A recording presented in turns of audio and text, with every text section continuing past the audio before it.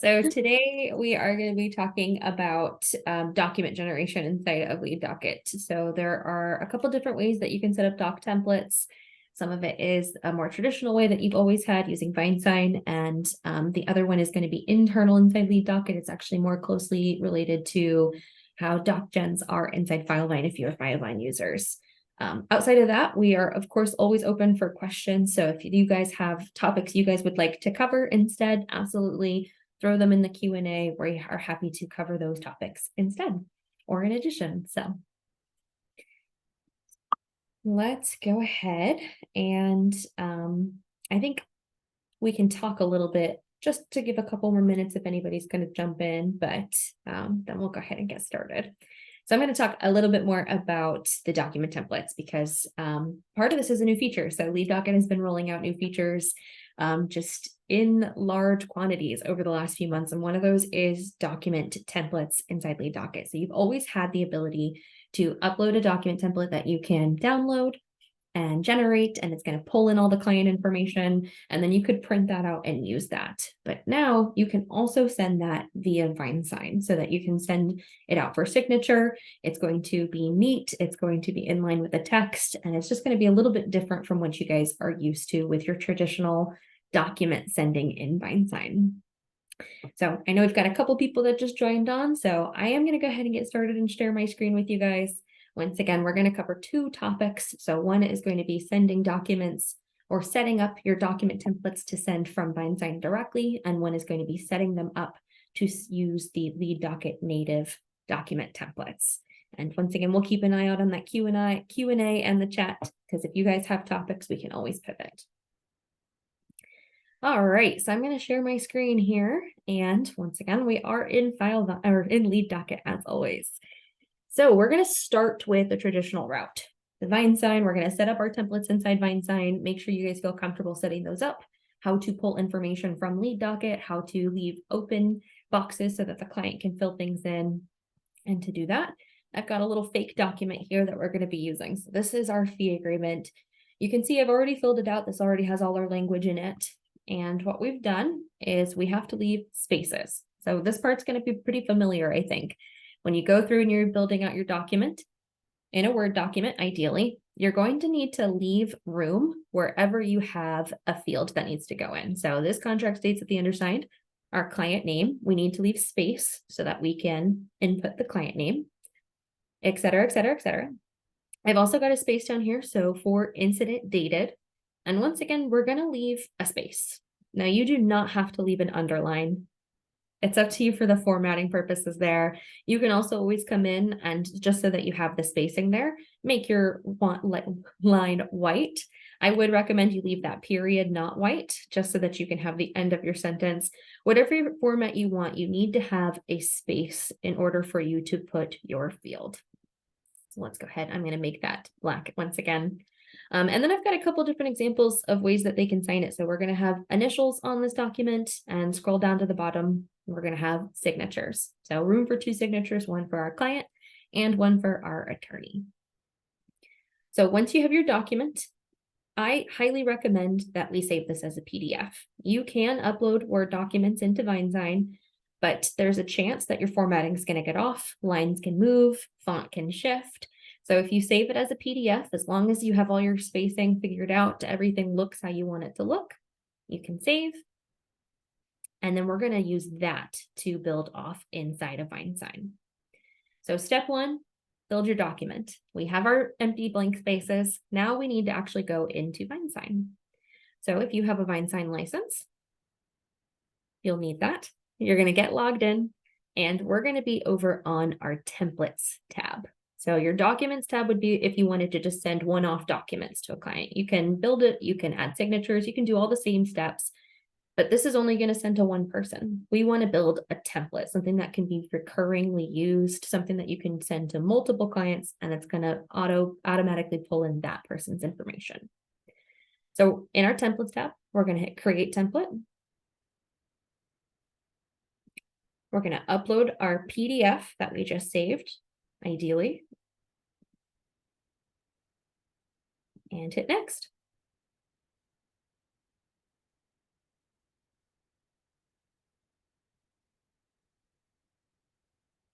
And I would like to throw out there while this is loading, I know you may have seen something previously that today's session was going to be on reporting. We have moved that to our next Lead Docket free help. So reporting questions, absolutely, please feel free to ask them, but we will be covering a really in-depth overview of reporting in our next Lead Docket free help. So just putting that out there. Today, we are focusing on documents.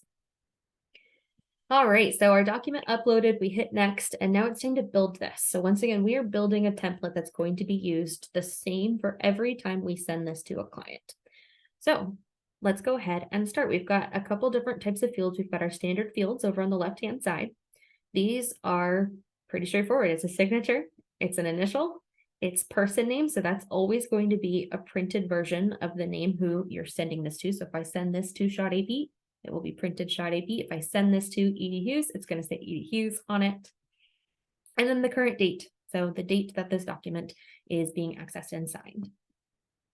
So let's go ahead and move those ones because we know that we need our initials box.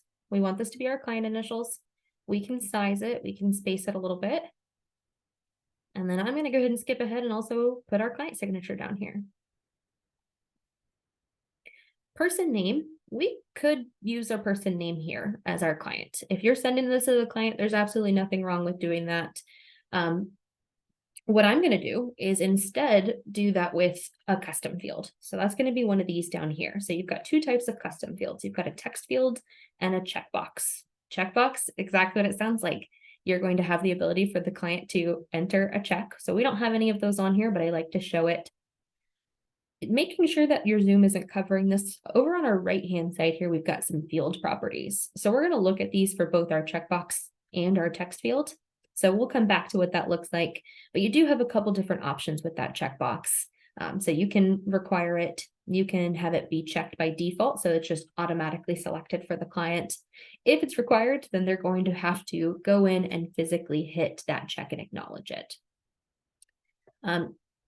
You have the name, so you can come in and name these checkboxes if you'd like. And then you've got this merge code. So let's go ahead and leave this checkbox behind. We're going to add our text field, and that's when we're going to discuss this merge code. So the first thing to do is put it where we need it to go. So we're going to put this text box in our client name. I'm going to space it out. I'm going to do everything that I need to do. And some fun, if it's been a while since you've touched your document templates, when you originally set these up months and months ago, years and years ago, whenever that was, you didn't have as many formatting options. So it's always worth a second glance to come in here and change them, because now we can actually go ahead and change the font, we can change the size, and we can try to make this a little bit more in line with what we have in our document. So I actually don't remember what font I used. I thought it was Times, but that does not look like Times. It looks a little bit more like Courier or Arial, but I'm going to go ahead and select Times just because. And then our font size, we've got that document kind of small, so I'm going to go ahead and make it 10 just so it can fit in line with the text here. You can also have it right aligned or left aligned, so you can decide where you want that to appear. I'm going to leave it in the middle. You can bold, and you can now italicize. So worth a second glance just to come in here and change this if you have the opportunity. But of course, you can always just leave it by the defaults as well. And once again, we are working over here on the left-hand side in case any of your Zoom windows are covering it underneath field properties. So right now, if we were to send this document, this is going to send to the client as a box that they have to fill out themselves. We want this to pull automatically from Lead Docket. So let's come over into our details. We're going to change the name from text1 to client full name. And that's where this merge code is going to come into play. So this needs to come from Lead Docket directly. So we can come over into Lead Docket. You're going to go to Manage, Document Templates, and Field Map. And all of these fields are available to you to use both in Lead Docket and in these Vinesign docs that we're looking at right now. So there is a filter up here we can use. I'm going to go ahead and put full name. And here we can see we've got client full name, and the field code for client full name is here. I could type that out and memorize it, but I'm just going to hit this copy to clipboard. You can see it's copied. We're going to come back into Vinesign and paste it where that merge code goes. So now what's going to happen is every single time I send this document out to a client, it's going to pull from the client full name that exists in Lead Docket, which presumably everybody that you add in Lead Docket will have a full name. The first and last name fields are required. And so this will always pull onto your document. A little bit of what we've got here. So preset value. You're not going to use this typically when you're using your merge codes because you're already pulling data on here. But let's go ahead and say we actually wanted to have an open text box that the client had to fill out. All right, let's say we want them to fill out their incident date. I'm going to, once again, resize. Make that a little bit smaller. We'll make it Times New Roman. And there we go. So the client is going to fill in this incident date. Now, incident date is actually not a great example for a preset value because this is going to be different for every single client. But let's go ahead and assume that this was a box that we wanted to always say January 1st of 2022. So now, preset value, when they receive this, it's going to say January 1st, 2022. But it is still required. We didn't make it read-only, so they can change it if they'd like. So that's going to be useful for suggested values. Things where, like a checkbox, you want it just checked by default, you want an answer by default, but they still could technically change it if that doesn't look correct to them. And then if we were like, no, it has to be the same answer each time, then we can change it to read-only, and now the client would not be able to make any changes to this document or to this value. So times where you don't really want to move it to read-only are potentially going to be for things like full name, birth date, social security number. If you leave those as just required or optional, then they're going to be able to change those values. So if they were actually accidentally entered incorrectly in Lead Docket, they can come back in, and when they're signing the document, make those changes.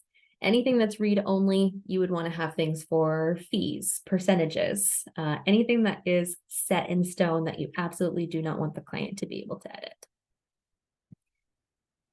All right, so we've talked a little bit about the name. We've talked about how you're going to pull it from Lead Docket. Some of these features. Allow multi-line response would be if you were asking them for a description or a summary or an address that you wanted to span multiple lines. So I think that one's a little more self-explanatory. I'm actually going to have incident date pull from Lead Docket automatically. I don't want them to be the one to fill this in. So we're going to remove preset value. We're going to come back into Lead Docket once again under our field map, and we're going to find that field. So incident date, and here's my incident date. You'll notice that you have a couple options. You could also have it in long format. I'm just going to go ahead and pull the short date. And oops, I pasted that in the name, but it's also going to be in the merge code. So if I want to name this so that if they hover over it, they'll see the name incident date and not our merge code, then I'll just adjust it like so. Perfect. So both of these are required fields. Oh, nope, this one's read-only. So now when they get this document, they're going to already have their name on it. They won't be able to change it. It's going to have their incident date on it. Except that didn't save. There we go. It's going to have their incident date on it. And that is required, so they'll have the ability to edit that if they need to. It's going to prompt for their initials, and then it's going to prompt for their signature. For printed name down at the bottom, let's go ahead and just grab that name field that we mentioned at the beginning. And now we need to add our second signer. So that is going to be our attorney. So up in the top left-hand corner where you see add signer, we're going to hit add. We're going to select our signature. We're going to grab that printed name. And I'm just changing the size and formatting for my own purposes, but you can technically leave it. And now this document's ready. So I'm going to hit next. We're going to name this template. And I could technically just hit save and I'm done there. I do like to bring up a couple of these other settings because if you're unfamiliar with FileVine, you may not have seen these before. So we're going to go ahead and start at the top. So recipients, we are going to choose these typically from in Lead Docket, which is why we usually leave them blank here. But if you know for a fact you're always going to have the same attorney sign the paperwork, maybe it's the same attorney, same partner who's always signing it, you can go ahead and add them here, and that is going to make sure that they are always available. So we are going to go ahead and add Kevin Bacon, just so that you can see, because Kevin Bacon is not an employee in our Lead Docket. do kevin@bacon.com. I'm going to leave signer one blank. Signer one should always be our client in this case because we're pulling their first name, we're pulling their incident date, and we're pulling their signature underneath our client. Up at the top, you could also send this to them at the same time if you'd like. We're going to leave it sequential because this is a fee agreement. You can do grouped if you have multiple signers, like two spouses who can just sign at the same time and then go to the attorney afterwards. Signature settings. This is just going to allow them to type in their signature. So instead of having to draw it out, and then you can also determine the signature color. Your message settings, this is what they are going to receive when you either text or email the client the document. So if you want to come and make this a little bit more specific, you can absolutely change this. This is for this template. So only when we send this document, this fee agreement, will they receive the message that you put here. Notifications, this is for internal notifications. So by default, you are going to be notified if they decline to sign, when they sign, and when it's completed. If you also want to know when you've just sent a document and when it's been viewed, then you can select these as well. And you can include additional recipients to be notified. And then reminders. So you guys will be, if you're sending this from Lead Docket, there's typically going to be reminders in Lead Docket. You don't necessarily need to turn this on, but these can be auto reminders from Vinesign itself to prompt them to re-sign. So after 2 days, it will resend them the document and say, hey, don't forget to sign this. So we're going to go ahead and hit save down at the bottom. And we're done. So that process goes a lot quicker when you're going through it all at once, but we took it a little bit slow, but now I can see that my fee agreement test is here. It's inside my Vinesign. We've got 2 recipients. And so now if I wanted to send this contract, I'm going to decide which client to use there. And I come over to my Documents tab. I'm on a client's page. Scroll down, we can hit Send Documents via Vinesign. And there's my fee agreement test. So I'm going to go ahead and hit next here just to show you our signer 1. We're going to choose our client. And our signer 2, you'll see it's defaulting to Kevin Bacon. So this would be that scenario where you are always going to have the same person be signing that template. We can default it. And then I still do have the ability to change it to the attorney on the case if I need to, or to another party. And then of course you can have this decide when to expire the document. So it's going to default to 30 days. You'll be able to hit send. And then from there, we can track whether it is in progress, whether it's completed, or whether it's just been sent and they have not even opened that document. If you do not already know when your document comes back into Lead Docket, it will automatically drop down into your files down here. It will notify the team that that document has been signed, and then you can move on to the next step. All right, so that is sending documents inside of using the traditional method of Vinesign. So a lot of you guys are probably already using that method. You may want to go in and just do a little bit of a refresh. You may not have seen some of those features before. Now, you actually don't have to go set it up inside Vinesign to send documents from Lead Docket. So you'll notice that if I'm scrolling right here, you've got these generated documents right here. So these are documents that I've actually built out in Lead Docket. And you've always had the ability to come hit download. It's going to generate the document. You're still going to have all your field codes, but then you either had to go and upload it into Vinesign or you had to print it for physical signature. Now you have this Vinesign button. And what's important to note is that to use this feature, you do have to have a Vinesign login.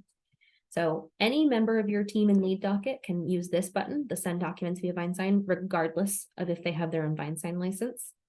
To use this next version that we're going to cover, they do have to have their own Vinesign account because as soon as I click this button, it's going to take me into Vinesign. So this is more close to what you guys would be used to, again, your FileVine users with your DocGens. All right, and I'm keeping an eye out on the Q&A in the chat. I don't think there's anything in there yet, so just let me know, Edie, if you see anything pop up too, because I have a tendency to ramble. All right, so let's do second version. So we're going to start with the same place. We've got our document here, our fake fee agreement, and we've got these blank spaces.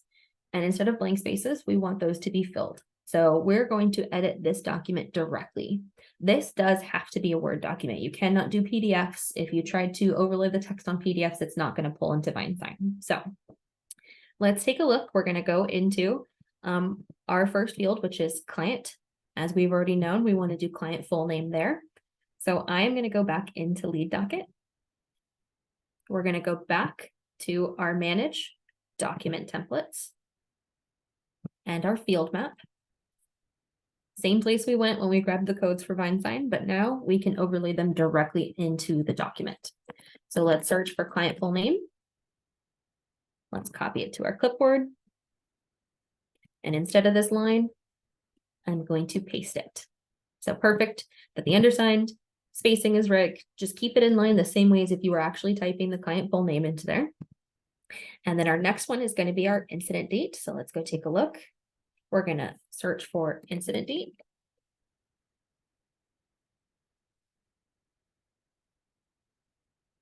I'm going to paste.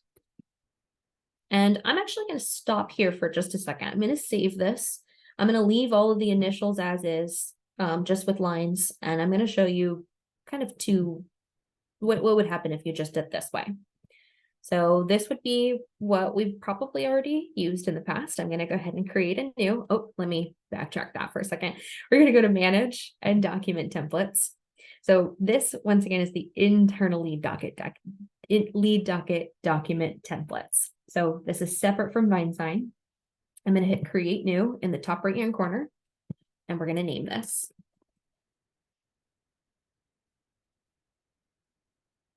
Choose our file, our Word document that we've added the codes directly to. And then if you wanted to, you can have it only appear at certain statuses. So this could be useful if you want to make sure the team is putting something in pending sign up before they actually can send the document. So only visible when pending sign up electronic signature. It's also useful for declination letters, rejection letters, if you want to make them only visible at the rejected status. I'm going to leave this always visible just for today's purposes, but that can be really useful for you guys, as well as case types. So this way you can also, instead of having a list of all your documents, say, okay, I'm going to have my bankruptcy fee agreement only visible on bankruptcy cases, or my dog bite, and so on and so forth.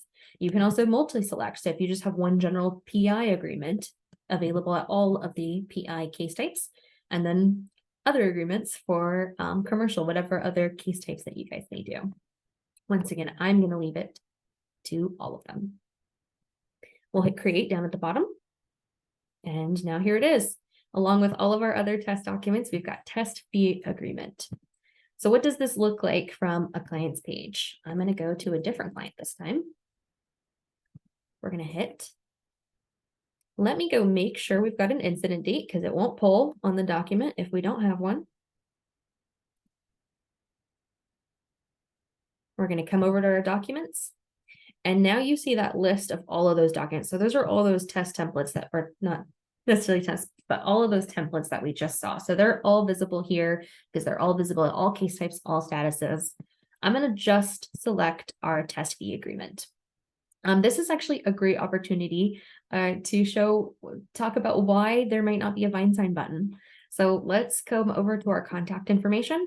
And you're going to notice we do not have any contact information for this client. So that was unplanned, but you cannot send something to a client if you do not have a means of sending them that document. So that is why that is not visible. You'll notice the same thing is true if we come over to our messages tab. You normally would have the ability to send text, send email. And I know that we don't have contact information because I don't have that ability here. So let me go ahead and add that real quick.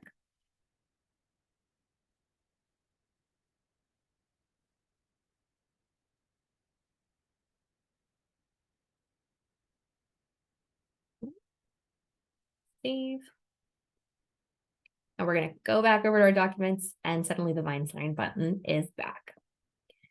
So test fee agreement, what we just filled out. If I download this and I open it, I think we know what's going to happen. It's just like a DocGen. It's going to have pulled in my client's first name and my client's incident date so that we can use this document. So there we go. The undersigned Hello Kitty incident dated 10/3/2023.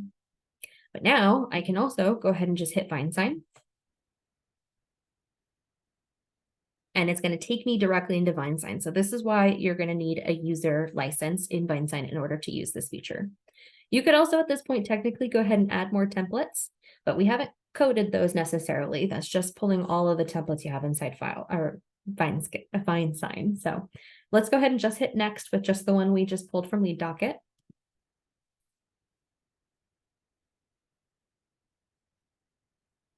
And once that loads, we're going to see the exact same document, but it's already here for us. So we didn't have to download it, go into Vinesign, upload it, and then send it. It's going to have a nice clean document with our client's information in line with the text, the incident date in line with the text. And now all I would have to do is add my boxes. So add my initial boxes, add my signature box. And from here, we've already seen mostly what that looks like. It's using Vinesign. So you would hit next, you'll select your signers, you would hit exit, or not exit, you'd hit send. I'm going to hit exit because one of the new features that is really cool about this new doc templates is we can actually have it autofill those signature boxes on the document as well. So let's go back to our test document here. And I am going to go open something for you in another tab just so that you can reference it.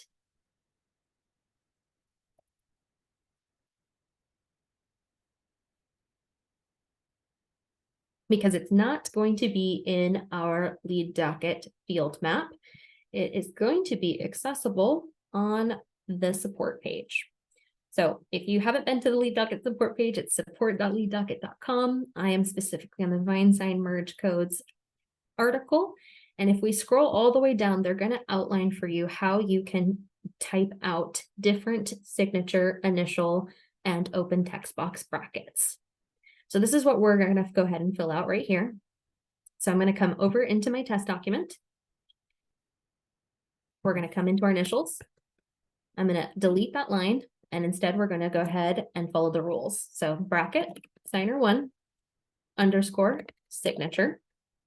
And let's go make sure if we go back to our support article, is that what we're supposed to do? I missed a bracket. So we're going to do bracket, bracket, signer, and signer 1, because this is my client who I know is going to be my signer 1, underscore, signature. Now you can do underscore and placement codes. Those rules are down here. Depending on how you're setting up your document, you may not need them. So let's go ahead. I'm going to do my straight brackets. Oops. We're going to scroll down to the bottom and then do the same thing here. So we're going to do straight bracket, signer 1, underscore, signature. And I've just realized, did I type signature up there? I sure did. We're doing initials. So we'll do initials spelled correctly. And we'll want to go back and just double check that it should be initials and not initial. It is plural, perfect. We're going to come over here, and this time we're going to do straight bracket, signer 2, underscore, signature. So the reason to do this is going to automatically put those brackets on there for us. So, excuse me one moment, I'm going to go ahead and fill this in too. And these codes I'm putting in are typing, but once again, you can pull all of the merge codes that you need. You don't have to memorize them. You'll just go into your field map underneath your document templates. So let's go ahead and save this now and see what happens when we resend this. So we got to go re-add this. So we're going to go to Manage Document Templates, Create New. I could edit this existing one. You'll see why I'm not going to do that in just a moment. Agreement.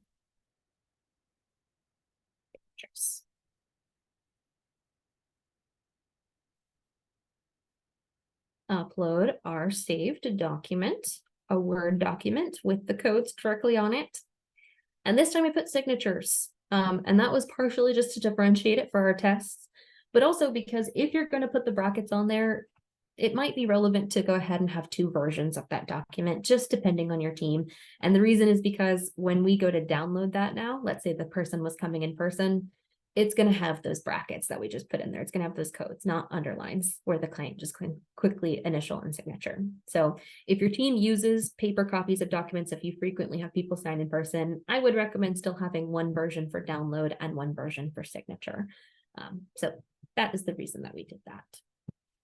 So let's go back to our Hello Kitty, our test client in this case. We're going to come back over to our Documents tab.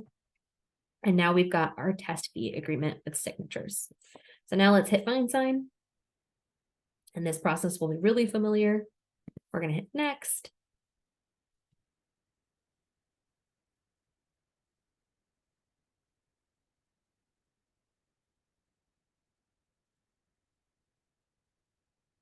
And apologies for my slow internet connection. But this time we do not have to put in those boxes because initials and signatures are going to automatically pop up. So I could edit it from here. Let's just say this time I didn't want it to go to the attorney. I can delete this box and still send this out, but they're already here for me. They're already assigned to who they need to be assigned. All I have to do is lay eyes on this document, hit Next, and then name it and proceed. So let's go ahead and name it because this is a little bit different. When you send these from Lead Docket, the name is just the job name. Now I do actually have to name this. So I'm going to put Hello Kitty, the agreement. And then down here, because we're sending it from here, we're not sending it in Lead Docket, we do still have to select our signers, but it's going to look almost identical. You'll have the option to send it to the client. And then if I scroll down to the bottom, my option to send it to my attorney, which is me in this case. So there we go. We've selected our two signers. All of the other settings here are exactly what we outlined when setting up a template just on this one document. We'll hit send. And now the same as how we handled our documents previously, we can still track that document inside of Lead Docket. We know when it's been opened, we know when it's been signed, and once it's been completed, it's going to automatically come back into Lead Docket, into the files, and notify your team.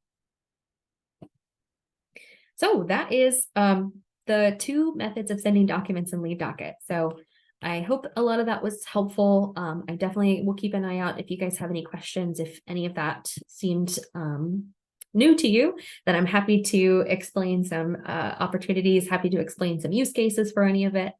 But those are both available to you guys now, especially that new one. That one was just released, I want to say about 2 months ago. So it's pretty exciting. Everybody's getting used to sending documents that way, seeing what new features are coming out, and we're excited about it. All right, let's see. Well, I don't think we have any questions. Do you guys have any questions that are not related to documents that we would want to cover today as well?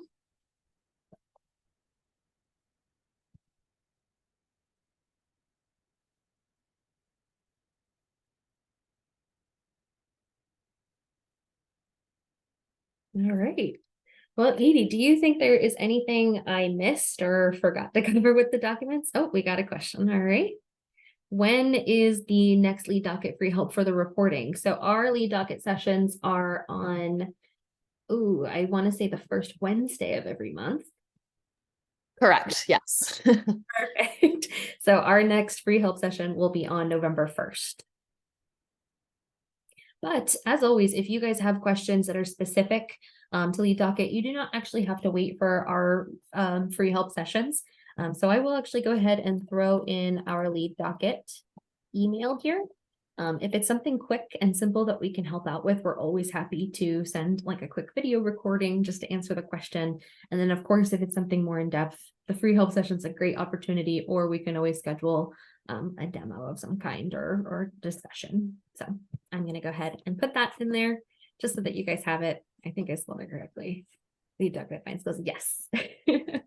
I did have something today that I know we get a lot of questions of sometimes, is if they have different signers, different amount of signers when sending out a document, sending several at a time, what are some workarounds if you have a document that has 3 signers and one that has 2 to send them at the same time?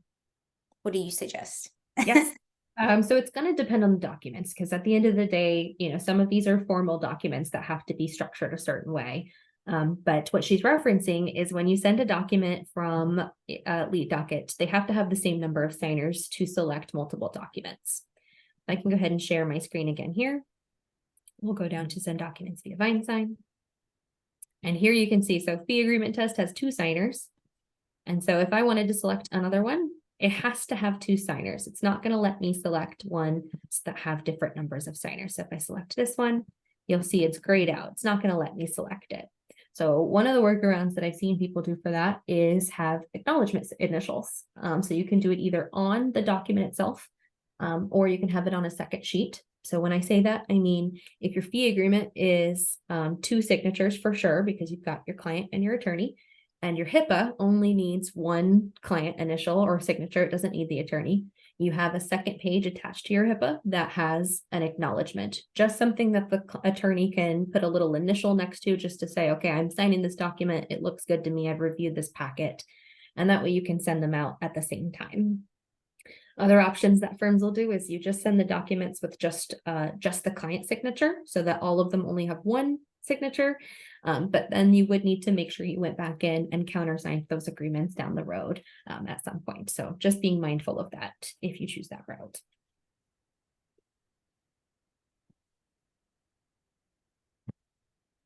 Awesome.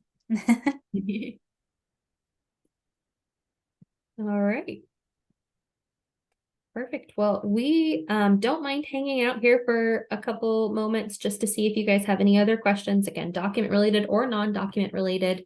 We did put our email in the chat there, so you can see that in the answered Q&As. So if you guys have a specific question that you just would like to shoot off, we're always happy to help. But you guys are welcome to go ahead and jump off if you guys don't have any questions, and we'll give it a couple moments to see if anything pops through. And thanks so much, guys, for joining us.